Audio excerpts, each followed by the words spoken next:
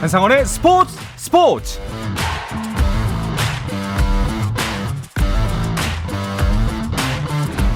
스포츠가 있는 저녁 어떠신가요? 아나운서 한상원입니다.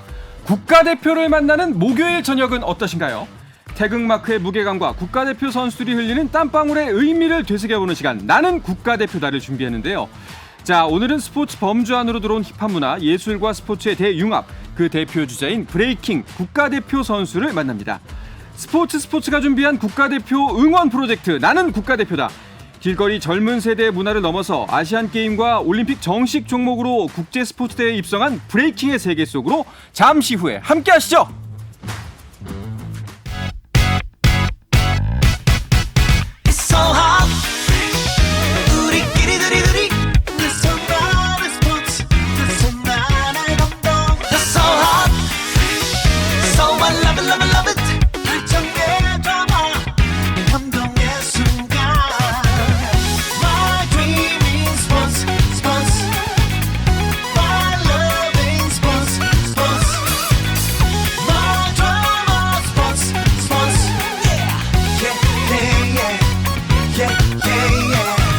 스포츠.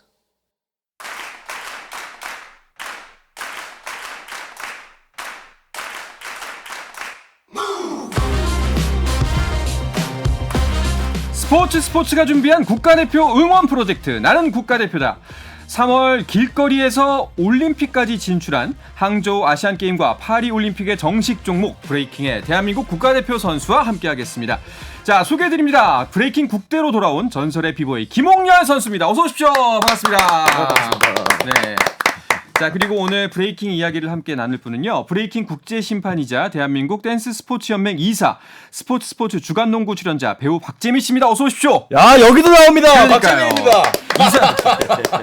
국제 심판이자 또 이사님이셨어? 아, 예. 네. 뭐 그러면 놀라셨죠? 그러니까요. 네. 그 게임 보면은 그런 사람 그 있잖아요, 캐릭터들 칭호 모으는 거. 아, 전설의 콜렉터. 영웅, 뭐 전설의 네. 궁수. 그렇죠. 그러니까 이번에 뭐 또 이사까지. 모으고, 예. 그런 겁니다. 네. 알겠습니다. 두 분은 그러면은 전부터 아는 사이세요?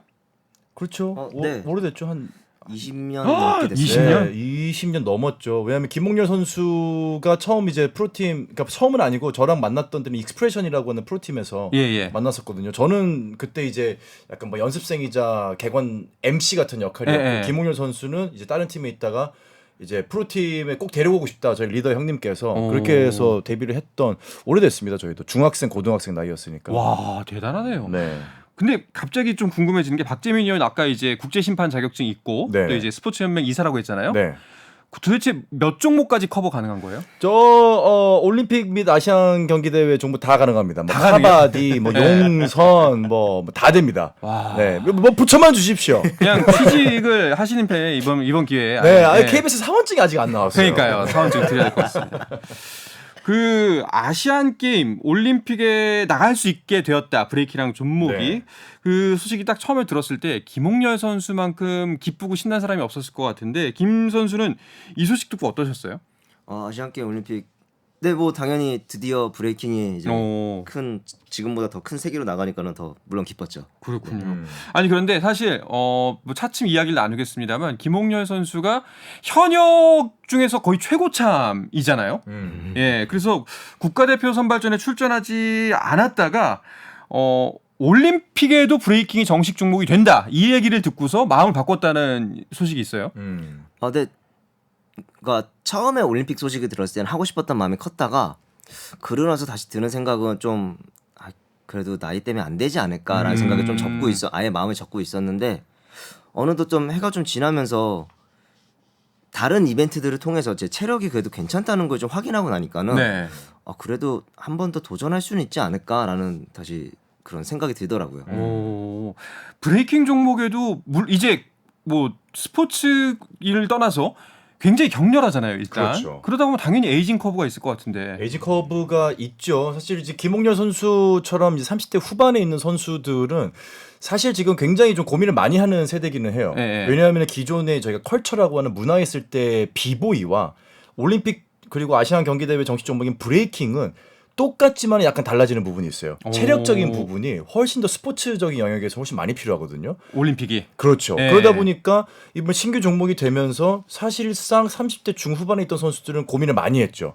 이게 될 것인가 안 될 것인가. 근데 김홍렬 선수 같은 경우는 컬처씬에서는 여전히 세계의 압도적인 기량을 네. 발휘를 하면서 본인도 아마 한 1, 2년 정도 좀 이제 뭐 본인의 체력을 테스트를 해봤던 것 같아요. 그러면서 저랑도 얘기를 긴밀하게 나눴는데 저는 적극적으로 좀 추천을 했고 김홍렬 선수가 들어와도 충분히 경쟁력이 있을 거로 보인다. 이제 김홍렬 선수도 절치부심을 한 끝에 이제 오겠다라고 마음을 먹으면서 단번에 국가대표를 선발이 됐죠. 그렇군요. 알겠습니다. 자, 뭐 김홍렬 선수에 대한 좀 더 자세한 이야기나 또 대표팀 소식도 많이 궁금한데요. 일단은 먼저 브레이킹이란 종목에 대한 정보가 있어야지 네. 이 방송 들으시는 청취자 여러분들이 좀 더 많이 공감을 하실 것 같아요. 박지민 위원이 그 브레이킹을 좀 설명을 부탁드리는데 뭐 브레이크 댄스, 비보잉 이거하고 그렇죠. 똑같은 건가요? 그렇죠. 이제 브레이킹이라고 하는 것을 예를 들어 우리가 뭐 계란이라고 하든지 뭐 달걀이라고 하든지 에그라고 하든지 그런 것처럼 사람이 부르는 거에 따라서 이름은 달라지지만 형태는 똑같습니다. 1970년대 초반에 물론 그 전부터 브레이킹의 기원을 찾아볼 수 있지만은 이제 레전더리 트윈스라고 하는 미국의 브롱스에 있던 한 쌍둥이 그리고 푸에르토리코 이제 거주민들 흑인들이 좀 모여서 파티 문화에서 이 춤을 유형화시켰다라는 게 이제 정설이고요.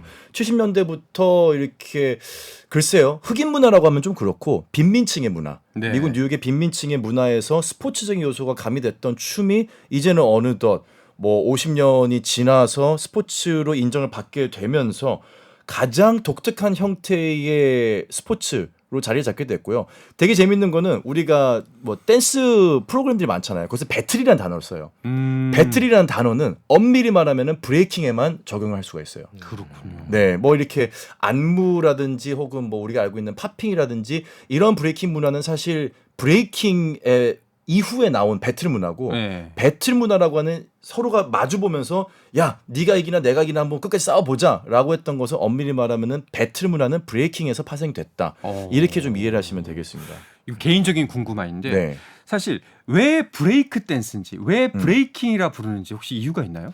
이게 이제 노래가 간주가 있어요. 네. 음악이 이제 노래가 가사가 있는 부분이 있고 간주가 있는데 그 간주 부분을 브레이크라고 해요. 그렇죠, 그렇죠. 네. 그래서 DJ가 음악을 틀고 있는데 간주 부분에서 춤을 추는 애들이 있는 거예요. 네. 클럽에서 이 부분만 계속 반복해서 틀어줬어요. 그래서 이 친구들을 브레이크 시간에 춤을 추는 아이들. 그래가지고 브레이크 보이, 브레이크 걸. 그게 바로 비보이, 비걸이 되면서 거기에서 춤을 추는 형태를 브레이킹이라는 단어로 저희가 이제 고유명사로 확정짓게 됐죠. 그렇군요. 굉장히 궁금했습니다. 이게 사실. 네. 그 김홍렬 선수에게 좀 궁금한 게 예전에는 이런 비보잉, 브레이크 댄스 하면 길거리 문화, 그냥 정말 젊은 사람들만이 향유하는 문화로 인식이 많이 됐었는데 요새는 좀 인식이 많이 달라졌나요? 뭐 일단 스포츠 올림픽 종목이 되면서 좀 다들 의아한 점이 많이 있는 것 같아요. 어떻게 스포츠가 어떻게 올림픽 종목이 됐을까? 근데 저도 사실 좀 의아하거든요. 본인이 어떻게 이게 됐을까? 네. 근데 사실 춤을 춰본 입장에서는 이 안에 충분히 스포츠적인 요소가 그쵸. 있다고 느끼거든요. 맞아요. 이게 뭔가 예술적으로 제 자신을 표현하는 것도 있지만은 그거를 이제 더 다듬기 위해서 반복하는 과정에서는 내가 지금 춤을 추는 건가 운동을 하는 건가 모르는 순간이 좀 많이 있어요. 그래서 이건 진짜 스포츠 같은데라고 생각했는데 그걸 저만 느낀 게 아니었던 것 같아요. 많은 댄서들이 느끼고 그럼 이거는 스포츠로 가야 한다라고 느꼈던 사람들이 이걸 진행시켜서 올림픽에 들어가게 된 것 같거든요. 이거는 또 그런 부분도 있어요. IOC가 최근에 젊은 세대들이 올림픽에 재미가 없으니까 시청률이 계속 떨어지는 거예요. 네네. 그러다 보니까 뭔가 새로운 스포츠를 도입을 해보자 해가지고 아젠다 2020이라고 해가지고 도쿄올림픽 때부터 개최국이 5개 종목을 지정할 수 있는 권한을 줬습니다. 그래서 도쿄올림픽 때는 뭐 가라데라든지 서핑, 클라이밍 이런 것들이 들어갔는데 이제 2024년 파리에서는 파리가 야 우리는 브레이킹 할래 라고 선언을 한 거예요. 그렇군요. 그렇다면 2028년은 LA죠. 네. 브레이킹의 종주국이죠. 그리고 2032년은 호주입니다. 네. 호주도 브레이킹 씬이 지금 어마어마하거든요. 그래요? 그렇다면은 브레이킹이 올림픽에 앞으로 계속 볼 수 있을 가능성이 굉장히 크죠. 제가 사실 브레이킹에 대해서 잘 모르기 때문에 저는 온몸이 뻣뻣하거든요. 아파요. 되게 이제 40 넘으니까. 근데 저같이 잘 모르는 사람들은 잘 모르겠지만 세계 대회도 굉장히 많다면서요. 네. 일단은 제가 춤을 처음 시작할 때부터 유명했던 대회들이 많이 있어요. 네. 배틀 오브 더 이어라는 대회도 있고 영국에서는 UKBO 챔피언십 대회도 있는데 사실 저는 이 두 대회 통해서 유명해졌거든요. 네. 그리고 나서 이제 그 뒤에 생긴 솔로 배틀로 가장 유명한 네드볼 BC1이라는 대회도 있고 또 미국에는 프리스타일 세션이라고 이거는 이 대회는 다른 대회들과 다른 점은 진짜 우승하기 너무 힘들어요. 진짜 그냥 진짜 실력자들만 모이는 네. 느낌의 대회에서 그런 대회들이 네, 있습니다. 약간 테니스로 치면 윈블던, US 오픈 이런 대회가 각 나라마다 계속 열리고 있는 거네요. 아, 네, 맞습니다. 그 사실 브레이킹 그리고 뭐 여기 힙합 문화라고 하면은 좀 저항과 자유를 굉장히 강조하는 부분들이 많은데 이게 스포츠 영역으로 들어오게 된다면은 조금 달라지는 면이 있을까요? 어떠세요? 선수로서는 좀 어떠세요? 약간 달라지는 면이요. 그 저희가 대회 참가할 때마다 이제 이런 행동을 하지 말아라라고 하는 게 있는데 보통 그 전에 대회에서는 그런 게 전혀 없었거든요. 네. 아, 한 가지 그냥 서로 때리지만 말자. 때리지만 배틀이지만 진짜 싸우지만 말자. 네. 했는데 이제는 뭐 하면 안 되는 행동들이 조금씩 있더라고요. 그게 뭐 스포츠 영향인 것 같았어요. 쉽게 예를 들자면 뭐 상의 탈의를 하면 안 된다. 네. 뭐 상대를 약간 비하하는 제스처를 하면 안 된다. 그게 사실 배틀이라고 부르는 게 저 좀 이해가 가는 게 그 저희가 이제 영상으로 많이 봤잖아요. 네. 두 선수가 마주 보면서 네. 춤 끝난 다음에 막 손가락질하고 맞아요. 예, 위험한 손가락 들고 막 네. 별의별 짓 다 하잖아요. 그렇죠. 이제 네. 그런 부분들이 아무래도 제도권 내에 들어오게 되다 보니 말 그대로 실력 대 실력으로만 승부를 하고 그 외에 스포츠 정신에 위배되는 것은 다 제거해라라는 것이 일단은 가장 큰 부분이 되겠고요. 그리고 피겨스케이팅이나 뭐 스노보드, 리듬 체조처럼 예술성과 스포츠성이 가미된 종목과 비교를 하는 경우가 많이 있어요. 그런데 재밌는 거는 그 종목들은 반드시 해야 되는 동작들이 있어요. 혹은 측정을 하는 데 있어서 기준이 있습니다. 예를 들어 스노보드, 회전수, 그렇죠. 높이, 네. 뭐 도약 거리, 뭐 리듬 체조 같은 경우도 예술성을 할 때 반드시 거쳐야 되는 여러 가지 동작들이 있고요. 그렇죠. 피겨스케이팅 같은 경우도 뭐 트리플 악셀이냐 쿼드라플 악셀이냐 있잖아요. 그렇죠. 기술마다 점수가 따로 있죠. 브레이킹은 네. 정해진 기술이 없습니다. 아, 그래요? 예를 들어 에어트릭이라고 하는 기술을 5바퀴 돌았다고 해가지고 더 점수를 주지 않아요. 어. 에어트릭을 아예 안 했던 선수가 더 좋은 점수를 받을 수 있어요. 어. 예를 들어 김문일 선수는 에어트릭을 안 치거든요. 근데 세계 대회를 우승을 합니다. 그렇다면은 그 안에 있는 예술성과 스포츠성을 어떻게 평가하는지가 여태까지 스포츠에서 볼 수 없었던 게 이제 굉장히 특징인데 그거를 어쨌거나 제도권에 내에 들어오면서 좀 개량화시켰다는 점은 꼭 말씀을 드리고 싶습니다. 근데 진짜 저는 그 말씀을 들으니까 아 진짜 자유롭구나라는 생각이 들면서도 동시에 지금 박재민 위원이 지적해준 부분처럼 개량화가 필요하지 않나. 왜냐하면 경쟁이기 때문에 어떤 그 공감할 수 있는 점수 산정이 필요하잖아요.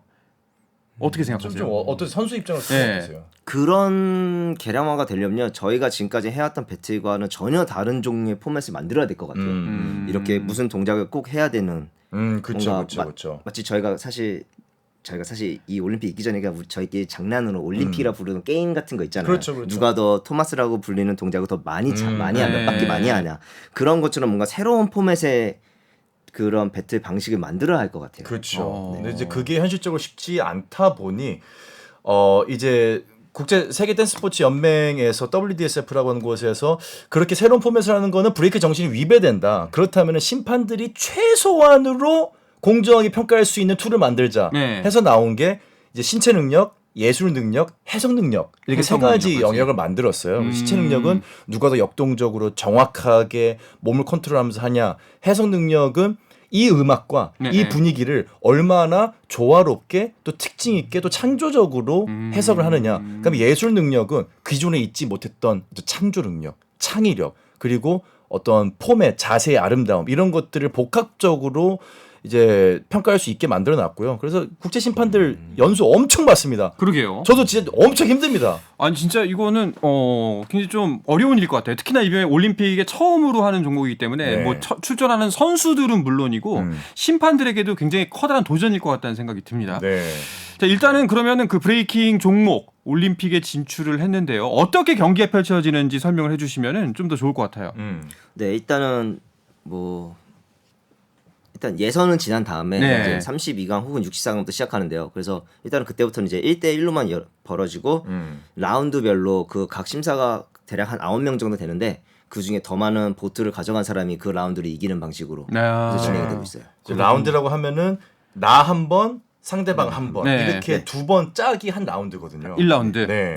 그럼 몇 라운드로 진행이 되나요? 이제 뭐 보통 32강까지는 2라운드, 네. 그리고 이제 라운드 로빈 16강도 2라운드. 그다음에 이제 8강만은 3판 2승제. 3판 먼저 2승제.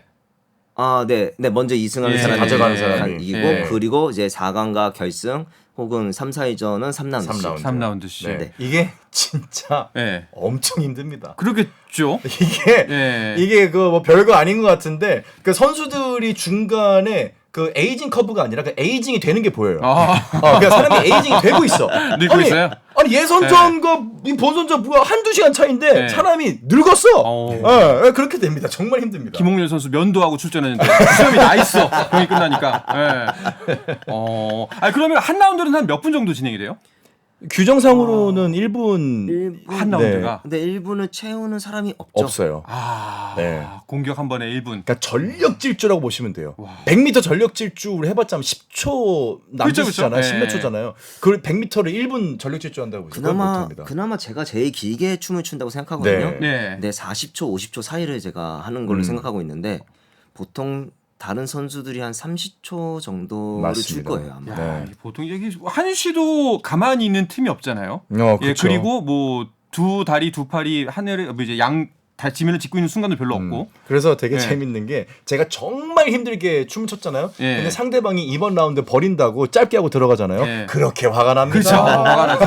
예, 어차피 진 게임 너 한번 그래. 골탕 먹어봐라. 네. 예. 아니 내가 이제 후공인데 성공이 너무 잘했어. 네. 그럼 이번 라운드는 버리자. 난 다음 라운드 네. 노리겠다. 그래서 전략적으로 짧게 하고 들어가는 선수들이 있어요. 왜냐하면 교란을 시키는 거죠. 이게 그런 것도 있네요, 진짜. 그럼요. 그러면 이번 올림픽에서는 아까 말씀하셨다시피 뭐 그 상대에 대한 강한 비방이나 여러 가지 뭐 그런 제스처를 못하게 한다고 했잖아요. 근데 이것도 비보잉에서 배틀이라 부르는 만큼 굉장히 중요한 승부의 요소일 것 같거든요. 그쵸, 기싸움. 네. 네, 당연히 있죠. 네. 근데 이게 또 여기가 또 애매한 게 하나 섞여 있는 게요. 네. 저희가 이거를 번이라고 하거든요.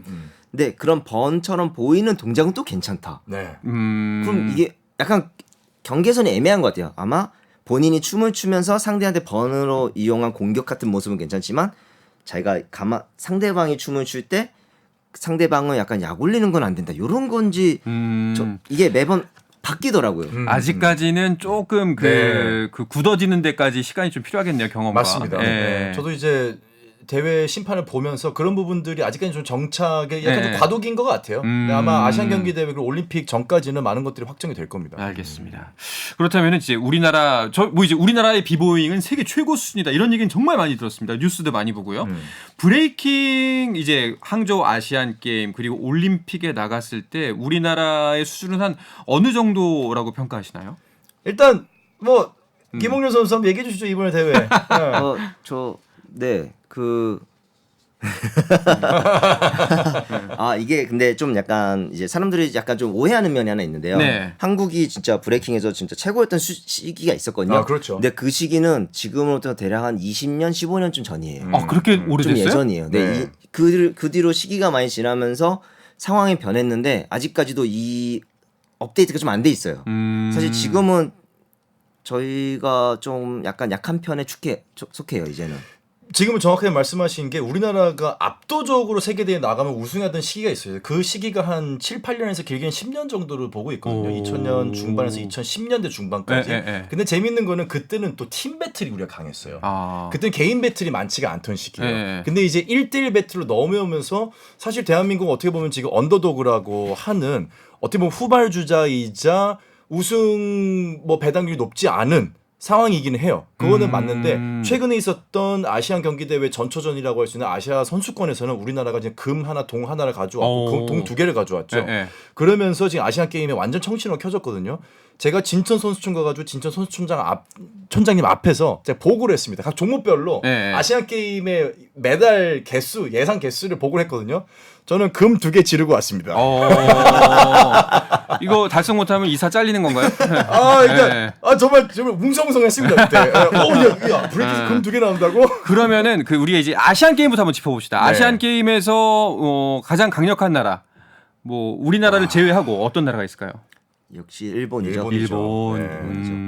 그리고 남녀가 너무 강하고요. 예. 그리고 유소년도 너무 강하고. 네, 우리처럼 선수촌 시스템이 있는 것도 아닌데 너무 강합니다. 정말. 그래요. 알겠습니다. 그러면은 올림픽으로 확장시켜서 이야기해 보면은 올림픽에 갔을 때 메달권에 있는 초강국 어떤 나라들이 있을까요? 일단 뭐 일본은 확실하고. 일본이랑 캐나다. 캐나다. 현재로서는 네. 네. 그다음에 그 후발 주자 약간 겹치지만 약간 뒤에 있는 뭐 나라들이 뭐 미국 정도. 그다음에 미국, 뭐, 프랑스, 네덜란드. 프랑스, 네덜란드. 대한민국이 바로 그 뒤에 뭐 추격한다고 저는 느끼고 있고요. 지금 러시아 같은 경우도 강국인데 러시아는 지금 출전이 안 되기 때문에 네. 전쟁을 일으킨 영향으로 대한민국이 어쨌든 올림픽에서도 일단 출전하는 것 자체가 굉장히 힘든데 나간다면 저는 좋은 성적을 거둘 수 있을 거라 예상합니다. 아, 이제 그차 아까 말씀하셨던 대로 사람들이 갖고 있는 오해 중에 하나였군요. 우리나라가 비보잉 세계 최고야. 당연히 메달 따오겠지가 아니라 굉장히 많은 나라들이 경쟁을 하고 있고 정말 잘하는 나라들도 많고 치열한 경쟁이 펼쳐질 것 같다는 생각이 드네요. 확실한 건 김홍렬은 최고입니다. 오. 네. 네네네네. 뭐 나중에 뭐 네. 예, 이민 가시거나 그런 건 아니죠. 예, 나이 먹어서 종종 가시던데. 예. 네. 알겠습니다. 자, 이렇게 치열한 경쟁 속에서 김홍렬 선수는 아시안 게임을 넘어서 올림픽 메달의 꿈까지 꾸고 있습니다. 이 이야기는 잠시 쉬었다가 와서 계속해서 나누도록 하겠습니다. I said the words I never said when you were with me. 국내 유일 스포츠 매거진 라디오 한상원의 스포츠. 스포츠가 준비한 국가대표 응원 프로젝트 나는 국가대표다. 항저우 아시안게임과 파리올림픽에 다시 할게요. 죄송합니다. 네. 항저우 아시안게임과 파리올림픽의 정식 종목으로 거듭난 브레이킹의 대한민국 국가대표 김홍렬 선수와 함께하고 있습니다. 근데 사실 그 김홍렬 선수라고 이렇게 계속 이야기를 하면은 못 알아듣는 분도 많이 계실 것 같아요. 보통 비보이들이 자기 별명을 닉네임을 짓잖아요. 네, 별명을. 스테이지 네임이 있죠. 예. 홍렬 선수는 뭔가요? 쉽게 홍텐입니다. 홍텐. 홍텐. 아, 되게 네. 부끄러워하시네요. 네, 몇 이게- 살 때 졌어요? 이게 그 아까 저기 재민이 형이 말씀하셨던 익스프레션이라는 팀에 들어가면서 네. 그때 당시 저희 인터넷으로 그 다음에 카페 아이디를 만들어야 됐었거든요. 네. 거기에 가입해야 되는데 그 이름을 쓰다 보니까 비보이 홍열로 쓰다가 아 이거 좀 그런가 하고 네. 그냥 숫자 10으로 썼는데 그냥 그게 굳어졌습니다. 10대 때 네. 부끄러울 만하네요. 네. 네. 저도 비보이 네임 있습니다. 네. 뭐죠? 저는 스나이퍼입니다. 스나이파? 네, 스나이퍼. 스나이파. 네. 이게 다 이름들이 있어요. 네. 그렇군요. 근데 김홍렬 선수의 이름을 보면은 이 사람이 연식이 느껴져요. 지금 이제 밑에 세대들은 이름들이 다 멋있어요. 아, 되게 멋있어요. 그렇죠, 막. 근데 네. 우리는 이름에서 막 따오다 보니까 뭐 김홍렬, 홍텐 그 네. 당시에 한 친구도 있었는데 그 친구 말 수가 없었어요. 네. 그래서 뮤트예요, 뮤트. 뮤트. 네, 우리 김준희 친구였는데 네. 말 안 한다고 그래가지고 음소거 뮤트도 있었고 뭐 그랬습니다. 그때 당시 덕희, 민, 덕희, 뭐 네, 다 네. 이름 네, 그랬죠. 참 토속적이고 네, 좋네요. 보통 그렇게 10대 때 한 선택들이 많이 부끄럽더라고요. 네. 네, 참 마흔 넘어서도 영향을 미친다는 게. 그러게요. 네. 네. 하지만 이 홍텐 이 이름은 거의 전 세계에서 모르는 사람이 없죠. 비보잉을 하는 사람 중에서는. 없죠. 네. 김홍렬 선수는 그 농구로 치면 마이클 조던이에요. 오, 그 네, 정도가요? 저는 그렇게 비교하고 싶어요. 농구를 만들진 않았지만은 네. 역사상 최고의 선수가 누구냐 하면 마이클 조던 얘기하듯이 브레이킹을 만들진 않았지만 역사상 최고의 브레이커가 누구냐 하면 김홍렬 선수를 빼고 얘기할 수는 없어요. 그러면은 막 그 세계 대회 가면은 김홍렬 선수 딱 들어오면은 막 사람들이 웅성웅성해요. 그럼요. 홍텐 막 이러면서. 후배들은 난리가 나죠. 와, 네. 외국 사람들도. 그럼요. 이야, 대단하네요. 그러면 근데 KBS 이렇게 모실 사람이 아닙니다. 제가 뭐 어떻게 할래? 이름 좀 부끄럽다고 했다고. 네. 이름을 중학교 때 잘못 떼서 그렇지. 그러니까요. 그러면은 궁금해지는 게 김홍렬 선수는 처음에 브레이킹을 어떻게 시작하시게 된 거예요? 처음에 진짜 별거 아닌 계기인데요. 중학교 2학년 때 그 반 친구 한 명이 갑자기 춤을 보여주는 거예요. 근데 그게 춤이라고 하기도 뭐할 만한 원킥이라고 다리를 하나씩 차는 게 있거든요. 네. 그런 동작을 보여주길래 그냥 할 수 있을 것 같아가지고 집에 가서 몰래 연습한 다음에 다음날 나도 할 수 있어 하고 보여주고 그러다 보니까 같이 연습하다 보니까 진짜 그렇게 시작하게 돼버렸어요. 야, 그러면은 언제부터 좀 두각을 나타냈나요? 그때부터 학교나 그 지역에서 유명한 춤꾼이었어요? 아니요, 제가 좀 늦게 시작해가지고 네. 다 주위에 잘하는 사람들이 많아서 저는 항상 쫓아다니기 바빴어요. 그래도 더 먼저 시작한 친구들이 많아서 배워가지고 좀 더 빨리 배우기는 했죠. 사실 그 김홍렬 선수가 좀 많이 그 겸손해야 하는 것 같아요. 방송이다 보니까. 네. 박재민이 형이 그동안 김홍렬 선수의 업적, 수상 내역들을 한번 간략하게 짚어주시죠. 그러니까 우리가 얘기하는 뭐 세계 몇 개 뭐 메이저 대회 이런 것도 네. 있습니다. 아까 김홍현 선수가 언급했던 뭐 UK 비보이 챔피언십, 배틀 오브 더 이어 이런 대회들은 사실 국가별 예선전이 있고 그다음에 거기서 세계 대회 나가서 또 어떤 다른 형태의 예선전을 거친 다음에 겨우 배틀을 할 수 있는 그런 자격들이 주어지거든요. 근데 그런 대회 뭐 휩쓴 건 당연하고 저는 이 대회를 얘기하고 싶어요. 레드불 BC1이라고 하는 전 세계에서 가장 어려운 1대1 배틀 대회가 있습니다. 이 대회를 한 번 우승하면은 이 사람의 커리어가 완전 달라져요. 급변해요. 근데 네. 2번 우승한 선수가 전 세계에 딱 3명 있어요. 전 세계 3명. 그 중에 한 명이 김홍렬 선수입니다. 와, 약간 세계 선수권 대회 같은 네. 느낌이네요. 진짜 정말 1대1로 올라와서. 그렇죠. 예. 그리고 이번에 3회 예. 세 번째 타이틀을 노리러 출전을 합니다. 언젠가요? 올해 10월달에 파리에서 열립니다. 10월 달에 파리에서. 네, 그 대한민국 예선전은 이제 제가 또 사회를 보러 가는데 네. 물론 이제 와일드 카드이기 때문에 예선전을 거치지 않고 본선 곧바로 진출하지만은 레전드의 반열을 역사를 또 한번 쓸 수 있지 않을까 저는 기대하고 있습니다. 일단은 전초전이 되겠네요. 음. 예. 그렇죠. 예. 올림픽의 전초전 그거를 노리고 아마 올림픽에 관련된 선수들만 또 와이드 카드로 주고 있는 것 같습니다. 맞아요. 네. 혹시 그 수많은 수상 경력 중에서 내 인생에 가장 기억에 남았던 대회 혹은 순간이 있을까요? 방금 솔직히 재민이 형이 말씀하신 것처럼 BC1이 아무래도 저한테는 제일 큰 기억에 남거든요. 근데 그거 말고도 뽑자면 사실 2002년도 제가 정말 세계대회 뭔가 그 두각을 처음 나타낸 네. 배틀 오브 더 배틀 오브 더 이어랑 UK 비보 챔피언십 그 두 대회가 UK가 조금 더 빨라져요. 그러니까 UK가 좀 더 그 기억에 남긴 해요. 이야, 20년 전에 우승을 하고 지금도 역시나 우승을 노리고 있다는 게 대단하네요. 아니 그냥 농구계에서 르브론 제임스가 20년 동안 계속 그쵸. 퍼포먼스를 보이고 있잖아요. 네. 약간 그런 느낌이에요. 그냥 퍼포먼스 떨어질 거라고 사람들이 예상도 하고 기대도 하고 아쉬워도 하는데 다음 대회 보면은 그 컨디션을 그대로 유지하고 나와요. 또 새로운 동작을 가지고 나오고 그런 거 보면은 참 노력이 어떤 영웅을 만든다라는 걸 증명을 하고 있는 것 같습니다. 그러면 궁금해지는 게 또 이겁니다. 김홍일 선수 그렇다면은 그 당연히 춤 연습이야 늘 하시겠지만 평소에 그 외에 나의 이 몸 상태를 유지하기 위해서 혹은 선수 생활을 위해서 하고 있는 노력들이 있다면 뭐가 있나요? 그냥 되게 당연하다고 생각했는데 그냥 맨몸으로 운동하고 맨몸으로 스트레칭하는 거를 그냥 꾸준히 하고 있거든요. 매일매일. 근데 저는 이게 당연히 모든 비보이들 비거이들이 다 하고 있는 줄 알았는데 생각보다 안 하고 있더라고요. 그래서 제가 빨리 그만뒀어요. 아, 저 어깨 탈골이 너무 심해가지고 네. 스트레칭 안 하고 하다 보니까 중요하군요. 네. 사실 진짜 정말 그 말씀드리니까 가장 기본적인 게 중요하네요, 진짜. 그러니까요.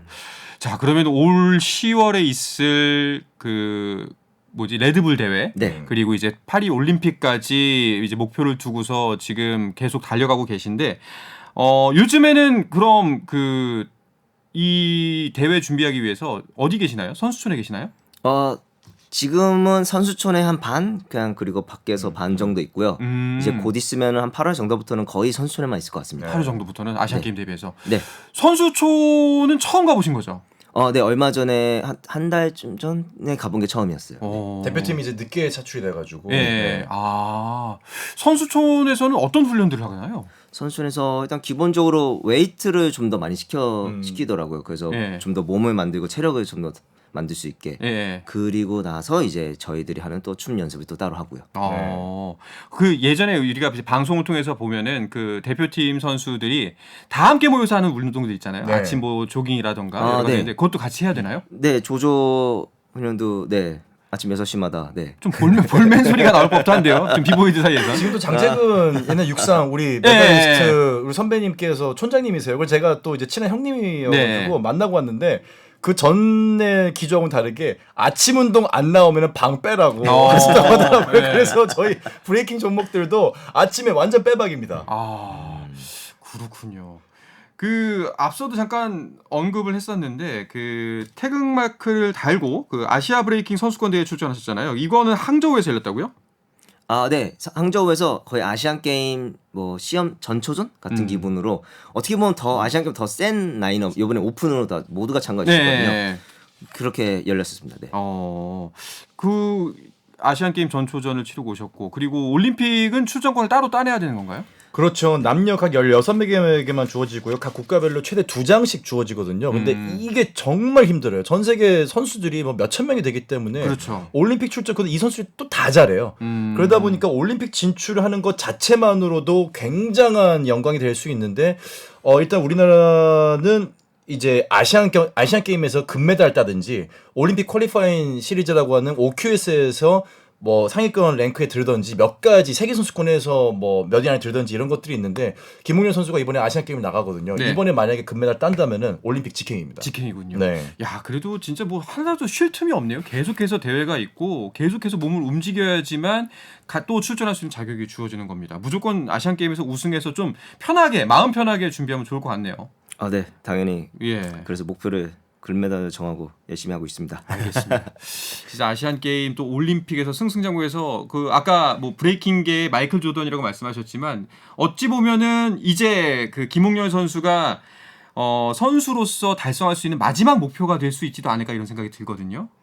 네, 당연히 마지막이자 가장 큰 목표가 될 것 같아요. 아시안 게임 다음 이제 올림픽까지, 저 올림픽까지 일단은 목표를 잡고 있는데 네. 뭐 여러 가지 그 전에 해야 될 대회들이 많지만은 그게 정말 다 잘 돼서 올림픽까지 갈 수 있다면은 정말 제가 지금까지 가져온 커리어 중에서 가장 높은 커리어를 만들 수 있지 않을까 생각합니다. 꼭 응원하도록 하겠습니다. 네, 감사합니다. 일단 이제 마지막으로 김홍열 선수한테 뭐 그 수많은 지금도 길거리에서 춤을 추고 있는 네. 수많은 비보이들, 후배들 또 이제 꿈을 키우고 있는 사람들에게 좀 그 전해주신 말씀을 듣고 싶은데 그 전에 한 가지 먼저 듣고 싶은 게 네. 박재민 위원도 이제 개인적 친분도 있고 네, 또 이제 네. 비보잉을 사랑하는 사람 중에 한 명으로서 김홍열 선수 지금 중요한 순간을 앞두고 있는 분한테 해주고 싶은 이야기가 있을 것 같아요. 김홍현 선수는 배틀할 때 웃으면서 해요. 오. 그 정도로 춤을 사랑하고 춤을 네. 진정으로 즐기는 사람입니다. 그리고 네. 김홍현 선수는 사실 다 증명했어요. 더 이상 증명할 게 없습니다. 그렇기 때문에 정말 즐기는 커리어의 마지막을 네. 보여줬으면 좋겠어요. 저는 그게 아마 가장 멋진 매듭이 되지 않을까 생각을 합니다. 알겠습니다. 김홍열 선수도 이제 방송을 듣고 계시고 있는 그 비보잉 팬들, 꿈나무들에게 한 말씀 해주시죠. 네, 꿈나무들. 그렇게 얘기하니까 좀 달라지는 게 네. 우리나라가 좀 꿈나무들 새로운 그런 학생 댄서들이 많이 없거든요. 학생 비보이 비걸들이 많이 없어요. 그래서 이번 대회를 통해서 이쪽 브레이킹으로 좀 꿈을 갖고 시작하는 어린 친구들이 많이 생겼으면 좋겠습니다. 알겠습니다. 아, 네, 말씀을 들으니까 이미 뭐 많은 것을 이뤘지만 또 이제 후대를 위해서 새로운 걸 개척하고 있는 선수구나라는 생각이 듭니다. 꼭 아시안 게임 메달을 목에 걸고 저희 방송에서 다시 한번 모실 날을 기대해 보도록 하겠습니다. 예. 자, 오늘 출연해 주셔서 감사하고요. 계속해서 아시안 게임, 뭐 레드불 대회, 올림픽까지 계속해서 응원하겠습니다. 김홍열 선수와 함께했습니다. 고맙습니다.